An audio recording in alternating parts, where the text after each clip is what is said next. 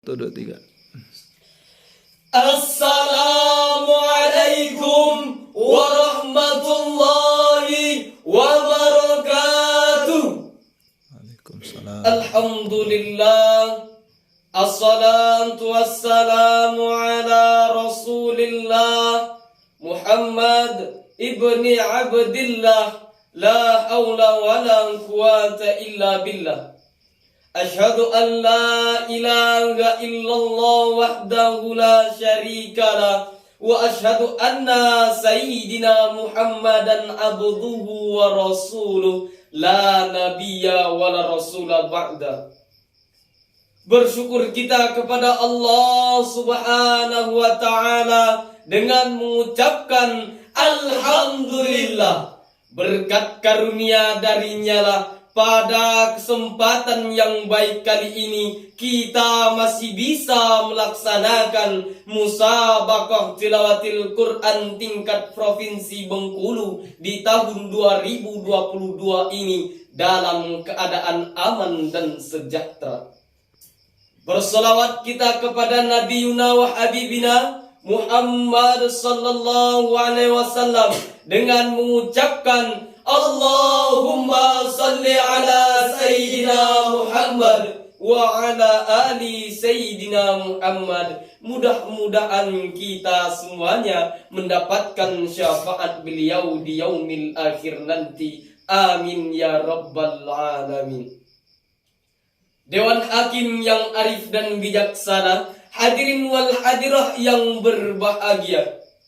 E.F. Saifullah Fatah, seorang pengamat politik muda Indonesia, di dalam bukunya Zaman Kesempatan yang diterbitkan oleh Mizan Bandung pada tahun 2000 mengatakan ada 3 hal mendasar yang menimbulkan kehancuran Orde Baru. Yang pertama, desakralisasi kekuasaan yang melahirkan pemimpin yang pongah, berjiwa kadal, bermental dajjal, berjiwa tupai, bermental keledai, berjiwa raksasa, bermental gorila, yang menerkam, menyiksa, dan memangsa rakyat jelata. Dan yang kedua, degradasi kredibilitas yang melahirkan jatuhnya martabat di hadapan rakyat. Tidak sedikit para pejabat menjadi penjahat dan penjilat. Fungsinya bukan sebagai pelindung rakyat, akan tetapi sebagai penindas, pemeras, dan pembunuh hak-hak rakyat. Dan yang ketiga, desentralisasi kekuasaan yang melahirkan korupsi, kolusi, dan nepotisme. Akibat dari korupsi, kolusi, dan nepotisme tersebut, hadirin, tidak sedikit rakyat Indonesia yang mati kelaparan, bayi-bayi kekurangan gizi, para pelajar putus sekolah, pengangguran merajalela, kemiskinan di mana-mana, bahkan hutang luar negeri membumbung tinggi hingga tak terbayar lagi. Oleh karena itu, hadirin, dalam kehidupan berbangsa, korupsi merupakan penyakit yang sangat berbahaya yang dapat mewabah, menggerogoti, dan memporak-porandakan sendi kehidupan bangsa. Maka, jika suatu bangsa terjangkit penyakit ini, ingin bangkit, ingin maju, dan mampu bersaing dengan bangsa-bangsa lain, maka syarat pertama dan yang utamanya adalah dengan mengikis habis penyakit ini. Dengan apa, hadirin? Jawabannya dengan menegakkan keadilan. Oleh karena itu, pada kesempatan yang baik kali ini, izinkanlah kami menyampaikan syaraan Syarhil Quran kami dengan tajuk Pemberantasan Korupsi Menuju Bangsa yang Sejahtera, dengan rujukan Al-Quran Surah An-Nisa ayat 135 yang berbunyi, A'udzu billahi minasy syaithanir rajim. Bismillahirrahmanirrahim.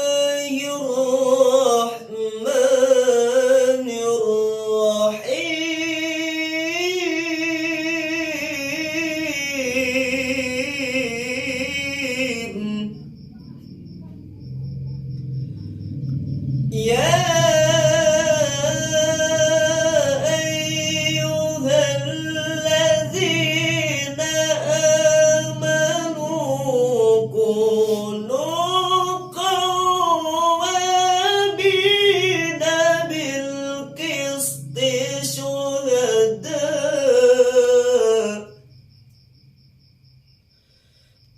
قوامين بالقسط شهداء لله ولو على أنفسكم ولو على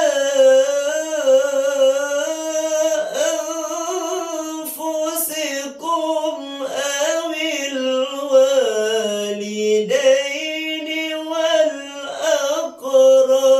والأقربين إن يكن غنيا أو فقيرا فالله أولى بهما فلا تتبعوا الهوى أن تعدلوا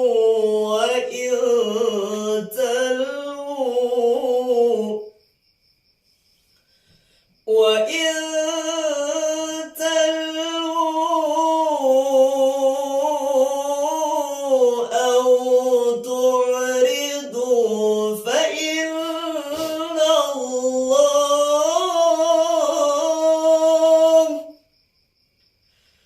فإن الله كان بما تعملون خبيرا.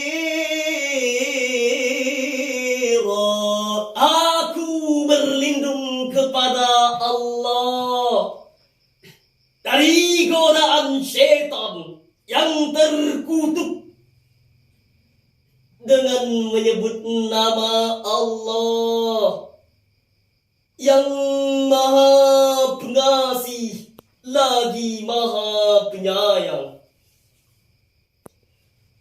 Wahai orang-orang yang beriman, jadilah kamu orang yang benar-benar menegakkan keadilan, menjadi saksi karena Allah. Walaupun terhadap dirimu sendiri, kedua orang tuamu dan kaum kerabatmu. Jika dia kaya ataupun miskin, maka Allah lebih tahu kemaslahatannya. Dan janganlah kamu mengikuti hawa nafsumu karena ingin menyimpang dari kebenaran. Jika kamu mutarbalikan kata-kata atau enggan menjadi saksi, maka bahu-membahu Allah Maha teliti apa yang kamu kerjakan. Hadirin yang berbahagia, asbabun nuzul ayat yang baru saja kita simak bersama berdasarkan Ibnu Katsir di dalam kitab tafsirnya juz 2 halaman 433 bersumber dari Abdullah bin Rawahah berkenaan dengan pengaduan dua orang pria kepada Rasulullah, satunya orang kaya dan yang satunya lagi orang miskin. Ternyata hadirin, Rasulullah Shallallahu Alaihi Wasallam lebih cenderung untuk memenangkan perkara si miskin karena pada mulanya Rasul beranggapan mana mungkin orang miskin menzalimi orang kaya. Tatkala itu turunlah ayat tadi untuk memberikan petunjuk kepada Rasulullah Shallallahu Alaihi Wasallam agar menghukumi seadil-adilnya yang diisyaratkan dalam kalimat, jadilah kau pejuang-pejuang yang menegakkan keadilan. Demikian penafsiran Imam Ali Al-Sabuni dalam Safwat Al-Tafasir juz 1 halaman 303. Lalu apakah yang dimaksud adil dalam Islam itu? Imam Ali karamallahu wajhah mengatakan adil yakni menempatkan sesuatu secara proporsional dan profesional. Lebih tegas lagi, Sayyid Qutb di dalam bukunya adalah Al-Ijtimaiyah fil Al-Islam mengatakan adil yakni menegakkan kebenaran dengan tanpa menzalimi orang lain. Hadirin yang berbahagia, oleh karena itu prinsip penegakan keadilan dalam Islam tidak mengenal pandang bulu status ataupun jabatan, walaupun terhadap diri sendiri, keluarga, masyarakat, si kaya atau si miskin, pejabat atau rakyat, aturan harus tetap tegak dan dijunjung tinggi. Mengingat pentingnya penegakan keadilan dalam Islam, Dr. Narkolis Majid di dalam bukunya Cita-Cita Politik Islam yang diterbitkan oleh Pramadina Jakarta tahun 1999 mengatakan pincangnya penegakan keadilan menyebabkan pincangnya pemerataan ekonomi. Akibatnya, kalaulah hal ini kita biarkan, maka lahirlah Fir'aun yang baru. Korun kala 21, saklabah masa kini, yang menimbulkan aturan dan keadilan bukan lagi milik rakyat, tapi untuk konglomerat. Kesejahteraan bukan lagi untuk rakyat, akan tetapi untuk para penjilat. Dampaknya reformasi yang kita cita-citakan, tapi destruksi yang kita rasakan. Pembangunan nasional yang diidam-idamkan, justru bencana nasional yang ditimpakan. Na'udzubillahi min dzalik. Timbul pertanyaan, bagaimana sikap kita sebagai komponen bangsa agar keadilan tetap tegak dan korupsi dapat terkikis habis? Sebagai jawabannya, mari sama-sama kita renungkan panggalan firman Allah Subhanahu wa taala dalam Al-Qur'an surah Al-Maidah ayat 8. Ya ayyuhallazina amanu kunu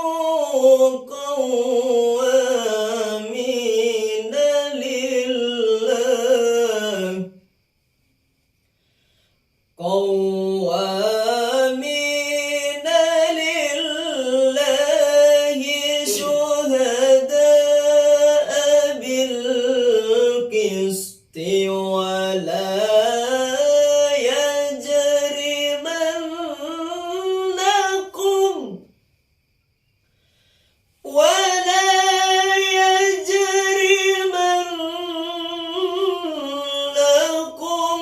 شنآن قوم على ألا تعدلوا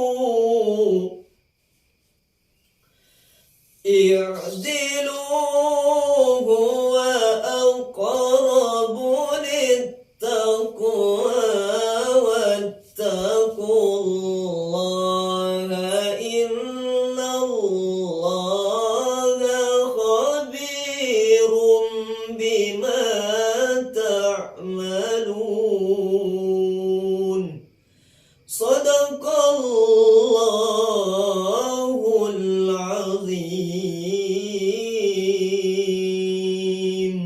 Dan janganlah kebencianmu terhadap suatu kaum membuat kamu berlaku tidak adil.